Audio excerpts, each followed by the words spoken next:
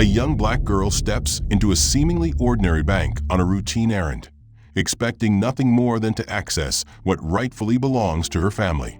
But what unfolds inside those polished walls is far from ordinary, a silent battle of invisibility, judgment, and quiet cruelty that exposes a deeper, systemic injustice.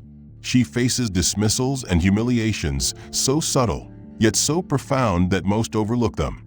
But beneath the surface lies a secret powerful enough to turn the tables completely. This isn't just a story about discrimination. It's about the unexpected force that rises when the overlooked refuse to remain invisible. If you want to follow a journey of resilience, revelation, and justice served in the most surprising way, stay with us. Remember to like, subscribe, and share where you're watching from. Tell us what part of the story moves you the most. Arletta May stepped into Sutton Valley Federal Bank just after 10 a.m., her breath briefly visible in the cold air that followed her inside before the glass doors slid shut behind her. The warmth of the bank's lobby hit her all at once, but it did little to soothe the tightness in her chest. Her hoodie, a faded gray pullover with frayed cuffs, offered little insulation, and the cotton fabric clung to her skin from the walkover. She wore old sneakers with soles that had begun to peel at the edges, the left one making a faint squeaking sound with every third step, a sound she'd grown used to ignoring. Her black jeans had a small tear at the knee, a threadbare line she hadn't noticed until that morning, and now couldn't unsee. She clutched a small, folded withdrawal slip in her right hand, her thumb smoothing the corner again and again, a motion born more of habit than nerves. Her left hand stayed buried deep in the kangaroo pocket of her hoodie, curled tight around itself to hide the crescent-shaped scar that stretched across the back. The scar wasn't new. It had been there as long as she could remember. Some kids called it a witch mark in school once. Others said it looked like someone had carved the moon into her skin. She never explained it, never confirmed or denied the stories. She just learned to hide it. The bank lobby was calm, polished, and wrapped in quiet affluence. A subtle scent of lavender hung in the air, blending with the smell of paper and electronics. Instrumental jazz floated from the recessed ceiling speakers. The floor gleamed beneath her shoes, marble tile laid out in elegant geometric patterns, white and deep green with veins of gold. To her left, a few well-dressed customers sat in sleek leather chairs near potted ferns, flipping through brochures. Ahead, 3 teller stations sat behind thick glass panels. 2 were occupied, each with a teller working efficiently, heads tilted and fingers dancing over keyboards. The third teller, a middle-aged woman with her hair pinned in a tight bun, leaned on one elbow and lazily clicked the end of her pen against the counter. Arletta took her place at the end of the line, carefully standing on the gold "Please wait here" decal affixed to the floor. There was only one person ahead of her, a man in a beige overcoat, early 60s, white, with salt and pepper hair and a checkbook in hand. He didn't acknowledge her. She didn't expect him to. She was just another teenager with a piece of paper and worn-out shoes. But her place in line, she thought, was secure. She had waited like everyone else. She followed the rules. When the man stepped forward to the counter, Arletta readied herself. She reached into her pocket for the withdrawal slip and unfolded it once more, eyes scanning her mother's signature. Neat, fluid, practiced. The amount written, $80, wasn't much, but it meant everything today. Milk, groceries, a prescription refill, a bus card, maybe a few school supplies. The essentials, her mother said. That's what this was for. She took a half step forward, almost to the gold circle that marked the next spot. And then the soft but deliberate click of heels echoed behind her. A woman mid-30s, blonde, in a sharp red wool coat and black leather gloves, breezed past without a glance. She didn't slow down, didn't pause, just moved straight to the counter beside the man who had just been served.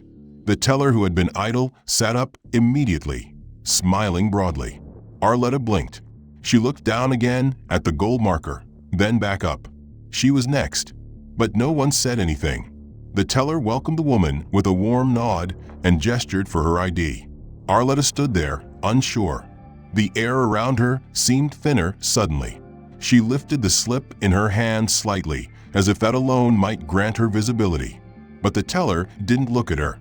The woman in red completed her transaction quickly, fast, friendly, efficient.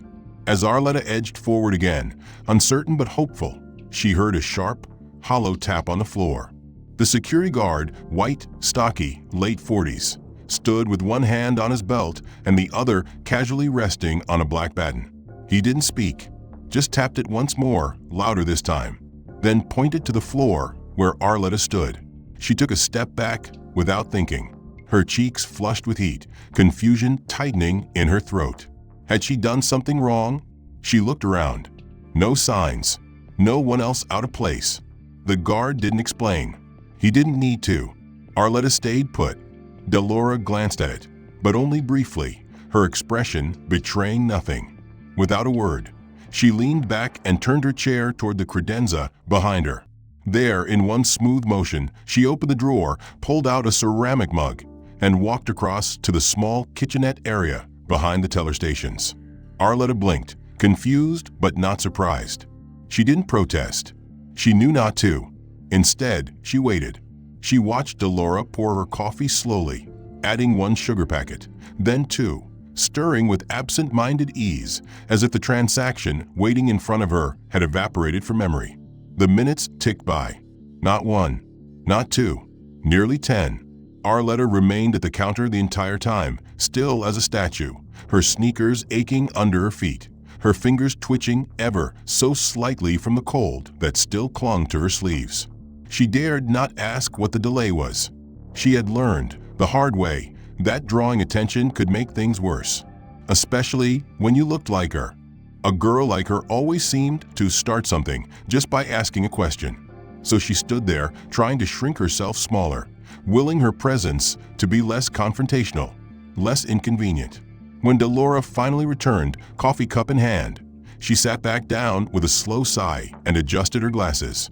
She reached for the slip at last, but didn't pick it up. Instead, she tapped a few keys on her keyboard, her eyes scanning the monitor with narrowed focus. A red light from the terminal reflected briefly against her lenses, casting a harsh glow across her face. Delora gave a slight frown, but whether it was confusion, annoyance, or just habit, Arletta couldn't tell. The screen said something. Delora didn't share. Arletta tried to peek, not to pry, but to understand. Nothing. Delora turned her head and called over to another teller nearby, a younger man with neatly gelled hair and a crisp white shirt. He glanced up from his station, eyebrows raised slightly as she motioned him over. The man approached, and the two leaned together, speaking in low voices.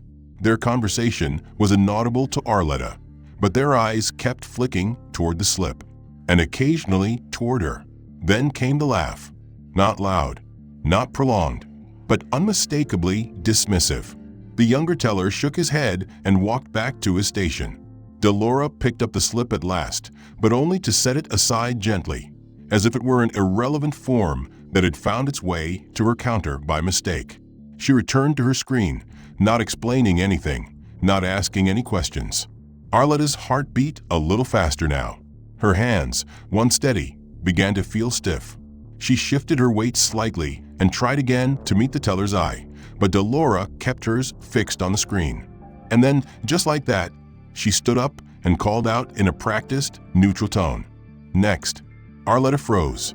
Her ears stung with heat. She looked behind her. No one was there. She was the only one in line, the only one standing at the counter. And yet, Delora stood waiting, as if expecting someone else to appear from thin air. Arletta didn't move. Her lips parted slightly, but she said nothing. Delora looked up, then around, then finally back at Arletta, as if surprised to still see her there. "You'll need to wait," she said flatly, not offering further details. Arletta nodded slowly, swallowing a knot that had formed in her throat. She stepped back without complaint, without raising her voice, and retreated to the nearby bench against the wall. The vinyl seating felt cold against her thighs, her back rigid as she sat down. She placed her hands in her lap, folded neatly, and watched as the next customer, a woman in a soft blue coat with pearl earrings and a thick gold bracelet, approached Delora's counter. The woman smiled politely and passed over her withdrawal slip, one nearly identical to Arletta's, same format, same ink. Delora greeted her with warmth, made a quick compliment about her scarf, and immediately set to work. The transaction took less than 3 minutes. No delay. A few minutes later, Delora glanced toward her once more, this time with the air of someone preparing to perform a duty she found unpleasant. She reached across the counter and picked up the slip Arletta had left behind. It had sat untouched for nearly 20 minutes, and now Delora held it between her fingers as if it were something fragile or dirty. She turned toward the teller at the adjacent station, a blonde woman with manicured nails and a name tag that read Sherry, and without a word passed the slip over to her. Sherry leaned in, looked down at the form, and raised her eyebrows in a way that seemed rehearsed, not surprised, but almost amused. Delora whispered something too low for Arletta to hear. Whatever it was, it caused Sherry's lips to tighten into a faint smirk. Sherry pulled the slip closer and began typing, her long nails clicking softly against the keyboard. Her face wore an exaggerated mask of concentration as she nodded once, then twice, as if confirming something important. Arletta, still watching, leaned forward slightly, hopeful that maybe, finally, they were processing her request. Maybe someone was doing the right thing. But then Sherry stopped typing, sat back, and gave a soft laugh, turning her screen slightly toward Delora, who leaned in to look. Both women exchanged glances, and Sherry shook her head slowly while letting out a faint chuckle under her breath. The image on the screen was never revealed to Arletta, but the way they leaned together, the conspiratorial glances, and the restrained amusement made it clear. They weren't verifying her information. They were entertaining themselves. Delora took the slip back, almost reluctantly, like the moment of shared humor had run its course. Instead of addressing Arletta, instead of calling her name or waving her over, she simply placed the form flat on her counter and walked away again. She moved slowly, confidently, across the teller line and disappeared through a door labeled Staff Only. Sherry resumed her own work as if nothing had happened, and for several long minutes, the slip just sat there, unattended, unwanted, untouched. Arletta glanced around the lobby. No one else seemed to notice or care. A man in a tailored navy blazer paced slowly by the pamphlet stand. Two elderly women were chatting quietly near the loan desk. A young mother bounced a baby on her hip while scrolling through her phone. Normalcy moved on, and Arletta was excluded from it. She stood slowly, her knees stiff, the weight of rejection heavy in her limbs. She hesitated, then walked quietly back to the counter. The slip was still there. Sherry noticed her approach and offered a polite smile, but it was thin, performative, the kind of smile reserved for people you didn't want to talk to. Delora stepped away, Sherry said, her tone light but dismissive, not offering any assistance, not asking how she could help. Arletta nodded once. Her voice caught somewhere in her chest and stepped back again. She returned to the bench, her legs hollow and slow beneath her. A moment later, a new customer entered, an older white man with a pressed button-up shirt and gold-rimmed glasses. He walked with confidence, nodded toward Sherry, and stepped right up to Delora's vacant counter. Sherry didn't correct him. Instead, she walked over, reached for the slip still sitting there, placed it under the counter out of sight, and welcomed the man as though he belonged there all along. Arletta watched this small erasure unfold with quiet disbelief. It wasn't just that they had ignored her. Now they were actively removing her presence from the process. A white customer had walked in, hadn't waited in line, and was now receiving service at the exact counter where Arletta had been rejected. As if to punctuate the moment, the man chuckled and said something Arletta couldn't hear. But what followed made her skin crawl. Sherry laughed a forced, high-pitched sound and nodded in agreement. Then came the murmur from behind. Arletta didn't know who said it. It could have been the man now being served, or maybe someone seated off to the side. The words weren't loud, but they were clear enough to slice through the soft music and gentle hum of the bank. Don't they usually get their checks at corner stores? It wasn't a question. It was a statement coded in sarcasm and disdain. Arletta's head turned slowly, instinctively, but she didn't find the source. What she did find, however, was Delora returning from the staff room. She was holding a fresh cup of coffee in one hand and her phone in the other. She was smiling, amused, not embarrassed. And as she passed behind Sherry, she leaned in again, said something inaudible, and the two shared another knowing look. Arletta wanted to disappear. She wasn't just being delayed anymore. She was being filtered out, moved like a glitch in the system. A mistake they were subtly trying to erase. Delora walked past her, still smiling, and made her way toward the exit side of the lobby. And then, almost imperceptibly, the temperature began to shift. A soft breeze crept down from above her.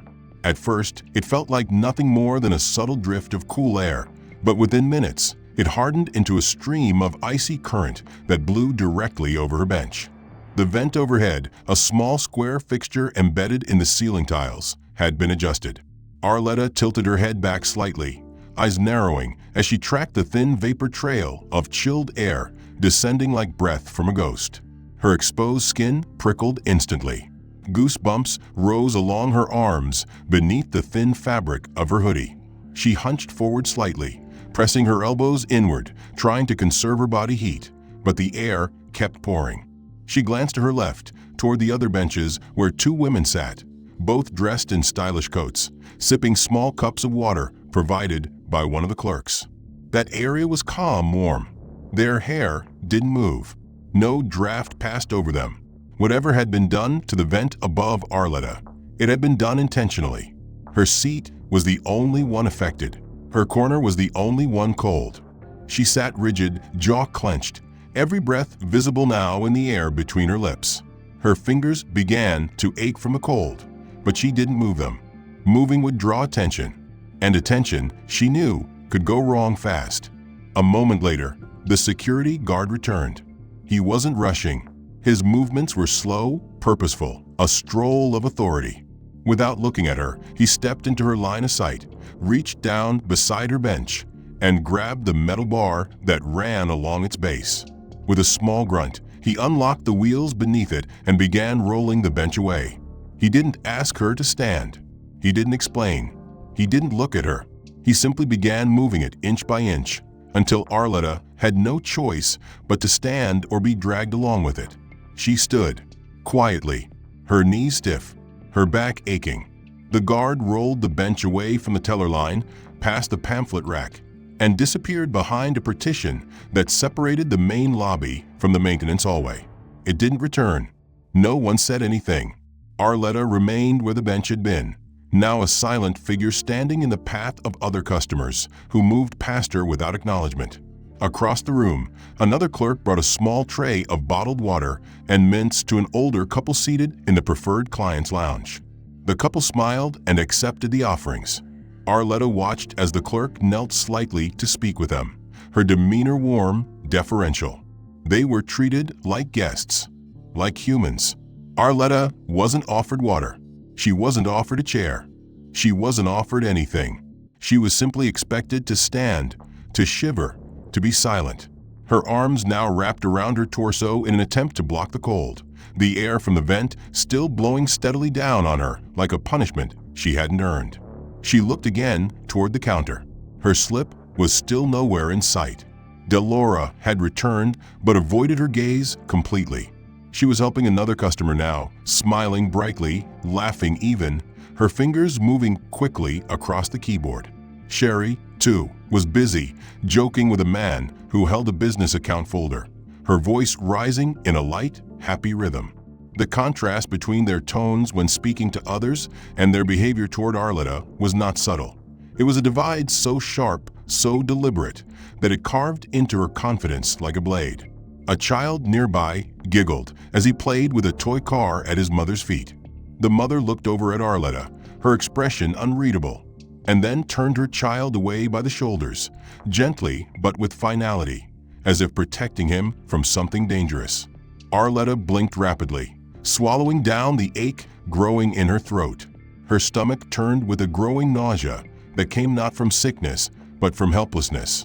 She shifted her weight from one foot to the other, trying to keep her blood circulating. The cold had settled in her bones. Her feet hurt. Her lips were dry, but no one seemed to care. In the far corner, A janitor walked past pushing a mop bucket. He glanced at her briefly, then lowered his eyes and kept moving. His silence felt different, not indifferent, but burdened. Like he saw what was happening, but knew he couldn't change it. Arletta didn't need him to. She didn't need anyone to step in. She just wanted her transaction completed, her simple request honored. But with every second, that small request seemed less and less attainable. She stood alone, under a vent that hummed like a machine in a meat locker, while warmth bloomed just feet away from her. She was isolated by more than temperature. She was being encased in a separate reality from the rest of the room, a reality where comfort, service, and dignity were withheld not by accident, but by design. And the longer she stood, the more it felt like that reality was shrinking around her, tightening like a noose. Her knees began to tremble, not from fear, but from cold and exhaustion. She shifted again subtly, trying to look like she wasn't uncomfortable, as if masking her suffering could somehow preserve a shred of control. But every movement made it worse. Every attempt to maintain composure only highlighted how far removed she was from the rest. A man in a crisp suit entered the bank, nodded to the guard, and was immediately escorted to a private office by a branch manager. They laughed as they passed Arletta. She was not allowed to exist here in stillness without consequence, and the weight of that reality pressed harder with each passing minute. Every detail around her seemed to sharpen. Conversations between customers and tellers grew clearer, tones of friendliness and familiarity that were never extended to her, the subtle hum of machines, and the mechanical click of shoes crossing the floor. She tried to keep her gaze low, to anchor herself to the tile patterns beneath her feet, but something across the room caught her eye. Near the wall adjacent to the loan desk was the community bulletin board, a space where flyers were pinned, usually filled with financial literacy announcements, local fundraisers, and credit-building seminars. It wasn't something Arletta would normally look at, but today something about it pulled her attention. A white sheet of paper stood out prominently at the center of the board, sloppily pinned with a red pushpin. The words were handwritten in thick black marker, larger than the usual font size of bank notices. She squinted to read it. Needs verification, suspicious source. Just below the title was a scanned copy of a withdrawal slip. Her withdrawal slip. Her name. Her handwriting. Her mother's signature, clearly visible but slightly warped from the scan. Her heart dropped into her stomach. For a moment she thought it had to be a mistake. Maybe it was coincidence. But no, there it was, her exact form, pinned like a warning sign, exposed to every pair of eyes that passed. Her breath caught in her chest. She looked around, wondering if anyone else noticed, if anyone saw the violation so casually displayed in public. No one seemed to. Or worse, they had and didn't care. A man in khakis and a pastel polo shirt glanced at the board, chuckled under his breath, and kept walking. A woman holding a clipboard tapped her pen against it as she spoke to a client, standing just a few feet away, not sparing the sign even a second glance. Arletta wanted to speak, wanted to tear the paper down, but her feet didn't move. Her voice stayed buried. She could already hear the questions forming if she tried. Why are you looking at that? Why are you upset? It's just for internal use. Don't make a scene. The silence of the space was her restraint, and it wrapped tighter around her throat the longer she stood there. Before she could take a step, a commotion approached from a hallway near the staff offices. A man, tall, well-dressed in slacks and a button-down shirt, possibly a junior manager, strode briskly across the lobby, holding a stack of files clutched haphazardly in his arms. As he neared Arletta, he shifted direction slightly, not toward any clear destination, but close enough that she instinctively stepped back to give him room. As if on cue, the stack of files in his arms slipped forward and spilled across the floor directly in front of her. A spray of papers scattered across the tile, some skidding to her feet, others catching air and fluttering toward nearby chairs. The man stopped abruptly, his arms now empty, his hands on his hips, as he looked down at the mess with exaggerated disappointment. Arletta stood frozen, unsure of how to respond. She glanced up at him, waiting for him to say something, to excuse himself, to retrieve his documents. He didn't. Instead, he looked at her, directly this time, with an expression that said everything without needing words. His brow was raised, his chin tilted forward, and his lips curled in a lazy smirk that hinted at satisfaction. He didn't bend down. He didn't move. He waited. Arletta hesitated for a few seconds, her legs twitching with resistance. But then, slowly, she lowered herself to her knees and began collecting the scattered files, one by one, careful not to crease them. Her fingers, still numb from the cold, struggled to grip the pages as she stacked them neatly and gathered them in her arms. The man watched her the entire time, unmoving, enjoying the quiet display. When she had gathered the last page, she stood slowly and extended the stack back toward him. He didn't take it. Instead, he looked past her, waved a dismissive hand, and turned away, walking off without a word, leaving her standing there holding his documents like she had volunteered for it. She blinked in stunned silence, then turned and placed the stack gently on the edge of the nearest counter, retreating once more to her designated corner beneath the icy vent. Every ounce of her dignity felt chipped. Every attempt she made to remain composed was now overshadowed by the humiliation she had just endured publicly, without interference, without intervention. She had already lost too much ground in silence. The memory of that smirking junior staffer walking away as she held his scattered documents sat in her chest like a stone. Her eyes avoided the community board now. She couldn't bear to see her own handwriting labeled as suspicious again. She kept her focus on the polished tile beneath her shoes, counting the flecks in the marble, trying to hold onto something steady. But the atmosphere around her wasn't finished with its cruelty. At first, she didn't notice the phone. It was a sound that caught her attention, a faint digital chime, followed by a series of high-pitched camera shutter clicks. She glanced up, and to her right, by the decorative ficus in the corner, stood a young bank staffer in his mid-20s, dressed casually in a company polo, holding up his phone at an angle just low enough to be discreet, but high enough to capture the space behind him. He wasn't filming her directly, but she was in the background, clearly visible, clearly standing, clearly out of place. The staffer smirked, mouthed something inaudible to the camera, and then made an exaggerated shrug, spinning around once, as if to mock confusion. A few seconds later, he tapped the screen again and whispered under his breath to the woman next to him, who stifled a laugh.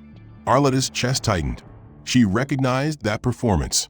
It was the same kind of attention-grabbing act she saw kids do at school to get views online.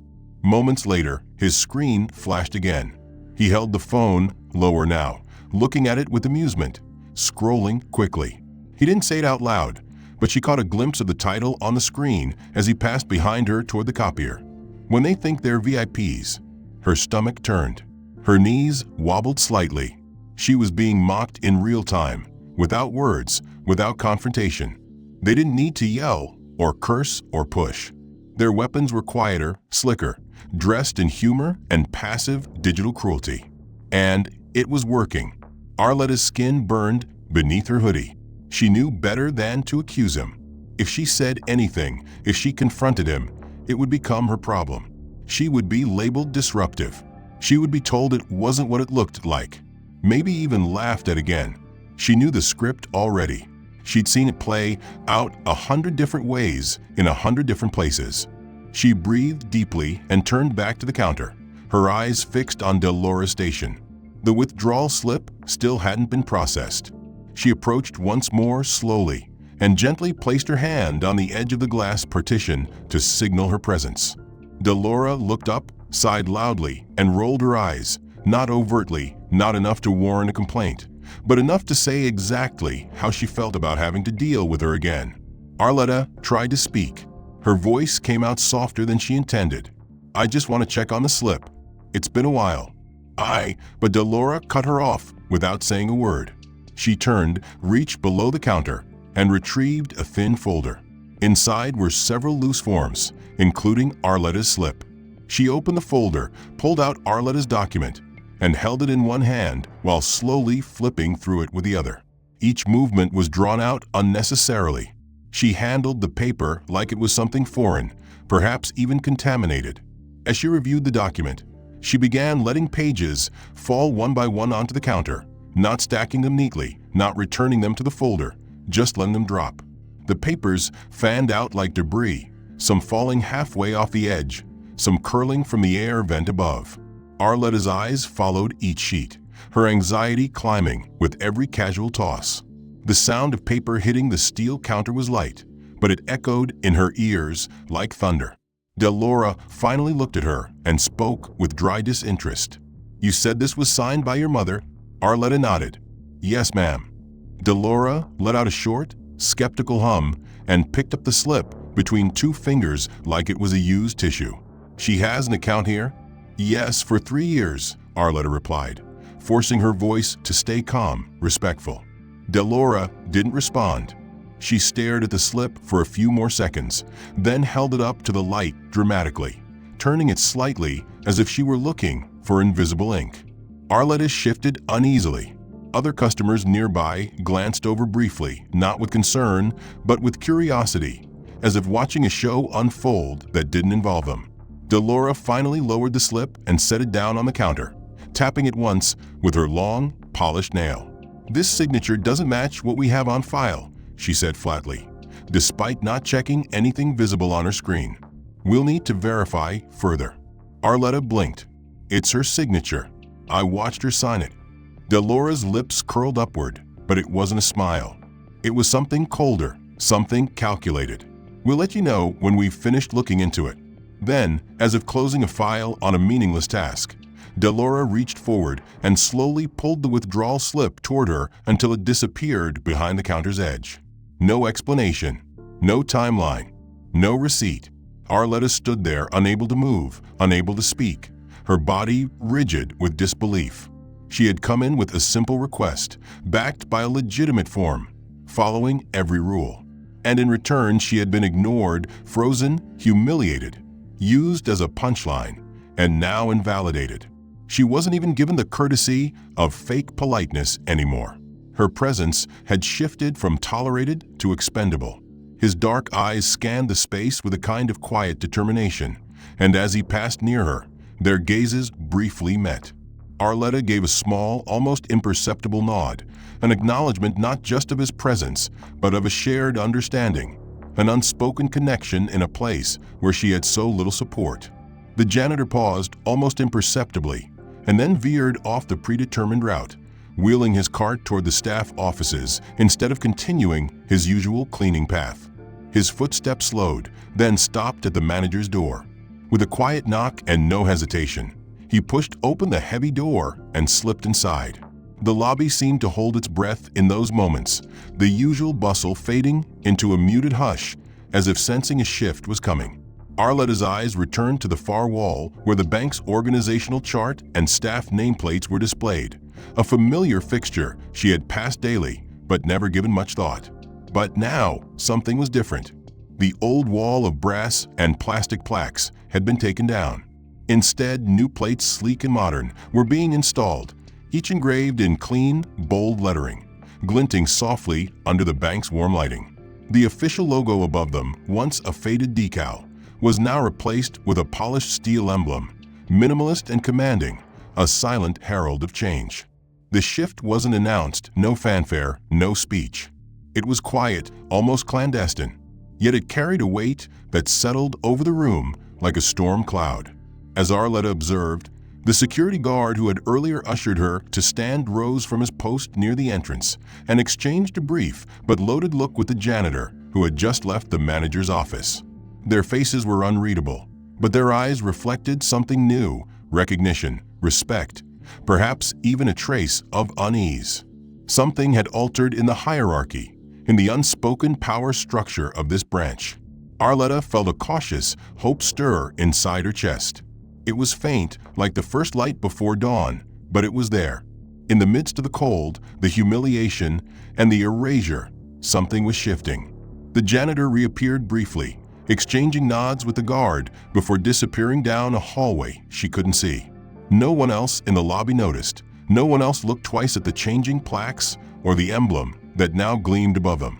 The customers carried on, unaware of the undercurrents moving beneath the polished surface. But Arletta, standing still beneath the vent's icy breath, felt the air itself change. A silent promise whispered in the cold draft that this was not the end of her story, but the beginning of a reckoning that would ripple far beyond this lonely bank lobby. Her mind raced, piecing together possibilities, clutching to the small moment of quiet support from the janitor's nod, the subtle changes on the wall, the way the guard's gaze lingered just a little longer than before. Her hair was pulled back into a tight, no-nonsense bun, revealing a face that held both strength and calm, a face that had seen battles, fought in boardrooms, and emerged victorious. Arletta watched from her cold corner beneath the vent, heart pounding but mind alert. This woman was different. She didn't hurry, didn't glance at the other staff or customers. She simply carried a single, sleek briefcase, black, unadorned, yet unmistakably expensive. As she approached Delora's counter, the tellers paused their conversations, their eyes flickering toward her in an unspoken acknowledgement of the shift in power. The woman set the briefcase down firmly on the counter with a deliberate precision that sent a small shock through the air, as if marking territory. Delora looked up, eyebrows knitting together briefly, but she said nothing. The woman offered no introductions, no explanations. She simply turned on her heel and walked away, her heels clicking steadily toward the private staff elevator, leaving a silent command behind her. The lobby felt charged, every breath and movement more deliberate. Arletta's eyes fixed on the briefcase, wondering what secrets it held, what authority it represented. Moments later, a discreet bank employee arrived quietly at the counter, picked up the briefcase carefully, and opened it to reveal a stack of thick documents, each page bearing official seals and signatures. The top page gleamed with an embossed gold stamp, and the words "Acquisition Agreement" were printed boldly across the header. Arletta's eyes scanned the page as the documents were gently leafed through, the signature of Dr. Marlowe made prominent on the bottom line. That name stirred something deep inside her, a blend of pride, fear, and a long-hidden hope. Marlowe May was not just any executive. She was a titan in the banking world, a CEO who had quietly built an empire of investments and equity funds with relentless precision. Most people outside certain circles didn't even know her name, let alone associate it with this modest Sutton Valley branch. But to Arletta, it was everything. It was power. It was protection. It was the key to breaking the cycle of invisible torment that had gripped her since stepping into this bank that morning. As the documents were closed and the briefcase snapped shut, Arletta felt the weight of the moment settle over her. She was no longer just a girl ignored and humiliated beneath a cold vent. She was the daughter of someone who owned the very ground beneath her feet, the person who controlled the fate of this branch and its staff. Yet the power had arrived silently, without fanfare or spectacle, as if announcing a quiet revolution behind closed doors. The guards who had earlier ordered her to stand and removed her bench shifted uneasily in their stations. Delora's confident posture faltered ever so slightly as the reality of the acquisition began to ripple through the air. The janitor who had nodded at Arletta earlier returned from the back office and gave a brief nod to the guard, their silent communication confirming the new hierarchy. The order was final and absolute. Delora, who had been typing at her terminal, froze mid-keystroke. Her eyes darted to the screen where the directive scrolled in bold letters, demanding compliance within minutes. The guard who had earlier displaced Arletta's bench moved with newfound purpose, his previously indifferent demeanor replaced by sharp efficiency as he collected IDs from reluctant employees. The quiet murmurs of confusion and disbelief rippled through the staff, faces pale and lips pressed tight. The bank, once a place where petty cruelties went unchecked, now thrummed with a tension born not of defiance, but of fear. On the large internal monitor mounted in the staff lounge and visible behind the reception desk, a stark message flashed repeatedly. Zero tolerance policy. Human dignity above all. Effective immediately. The words burned like a brand across the room, a reminder that the old rules had been overturned, that the consequences for mistreatment and discrimination were no longer negotiable. Staff whispered hurriedly among themselves, their eyes flicking nervously toward the security cameras mounted in every corner. It was clear this was no routine policy update. This was a reckoning. Arletta, standing quietly in her usual cold corner, overheard snippets of conversations. Words like investigation, compliance, and corporate review floated past her ears. The reality settled on her shoulders like a tangible weight. The silence in the lobby was thick, suffocating, but it would soon be broken in the most public way possible. Shortly after the IDs were collected and the staff dispersed, the branch manager called for a mandatory all-hands meeting in the conference room adjacent to the lobby. One by one, the employees shuffled in, faces drawn and hands folded. The tension in the air was almost electric. As the last person sat, the manager dimmed the lights and switched on the main screen. Without a word, the screen began to play. The footage was silent, grainy, but unmistakable. It showed Arletta walking into the bank, clutching her slip tightly. It captured the slow moments of her being overlooked, the exchanges between tellers and staff, the shifting of papers, the guarded glances, the subtle gestures of exclusion. The camera angle switched multiple times, showing the security guard's baton tapping the floor near her feet, the removal of her bench, the cold vent above. No audio was needed. The images spoke volumes. The employees sat frozen, the weight of their actions undeniable in every frame. Some faces flushed with shame, others tightened with defensive discomfort. The footage lingered on the moment when the slip was posted on the community board. The handwritten note labeling "It needs verification, suspicious source," a cruel public shaming played out for everyone to see. The camera captured the moment a stack of papers was accidentally dropped at Arletta's feet. Her forced stoop to pick them up, the smirks of staff nearby. Even the TikTok video filmed by the young staffer was reviewed, the casual mockery laid bare.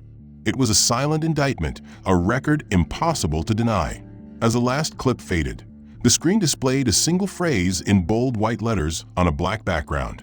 Respect and dignity are not optional. They are required.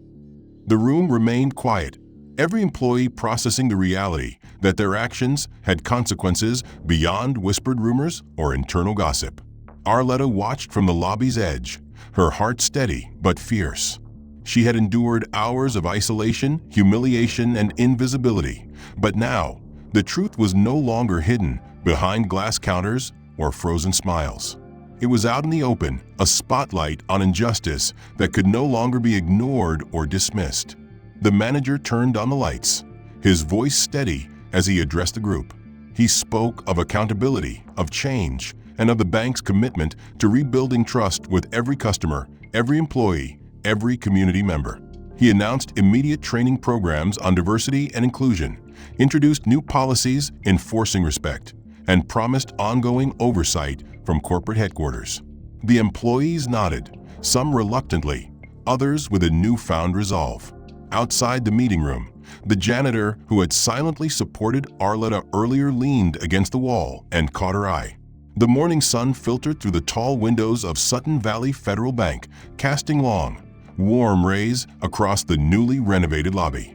The air inside smelled faintly of fresh paint and polished wood, a stark contrast to the sterile coldness that had gripped the space just weeks before. The walls were adorned with vibrant posters promoting respect, diversity, and inclusion. One prominent banner featured a smiling young woman dressed in a navy blazer, standing confidently with arms crossed. It was Arletta May. The image was not just a photograph, it was a statement, a declaration of change that radiated through every corner of the bank. Arletta walked through the lobby with a steady stride, her head held high. Gone was the timid teenager in a faded hoodie. In her place stood a poised young leader. Her navy blazer was tailored perfectly. The sleeves rolled just enough to reveal the faint crescent-shaped scar on her left hand, a mark that had once made her feel invisible, now symbolizing strength and resilience. Customers and employees alike paused to greet her warmly. Her presence was a bridge between the bank and the community, a reminder of the journey from marginalization to empowerment. Behind the scenes, the transformation had been deep and systemic. The bank had become the pilot site for a nationwide initiative called Respect and Service, a program designed to overhaul customer interaction policies and ensure dignity for all clients regardless of background. Staff underwent rigorous training sessions, workshops on implicit bias, empathy exercises, and accountability reviews. Arletta had been appointed the community relations lead, tasked with overseeing these initiatives, organizing outreach programs, and serving as a liaison between customers and management. Her voice was sought in meetings, her insights valued, and her story used as a catalyst for change across the entire company. Meanwhile, in a starkly different scene miles away, Delora waited in a crowded line at a job fair held in a community-centered gymnasium. Her shoulders were hunched slightly, her eyes darting away from the cameras that occasionally swung toward her direction.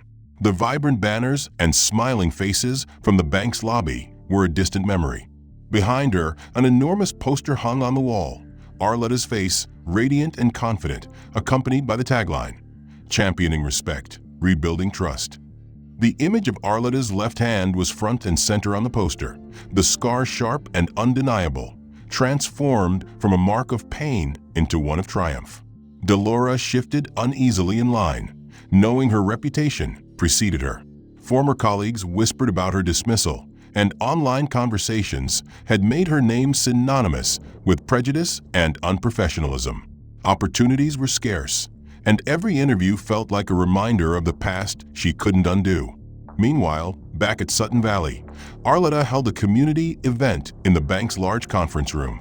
The space was filled with local residents, activists, and bank executives.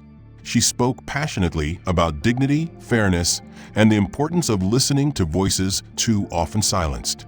Her words resonated not because they were loud, but because they were true, born from lived experience, and a resolve to ensure no one else would endure what she had faced.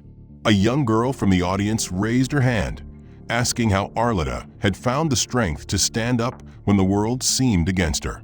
Arletta smiled, recalling the endless hours of standing beneath the cold vent, ignored and dismissed, and said simply that strength came from knowing she deserved better and refusing to accept anything less. The event ended with a standing ovation, and as the crowd dispersed, Arletta lingered by the large windows, watching the sun dip below the horizon. The scar on her hand caught the fading light, glowing softly, a symbol not just of survival, but of transformation. The bank had changed, but so had she. The journey from invisibility to leadership was neither quick nor easy, but it was possible. She had rewritten the narrative, and in doing so, she had opened a door for others.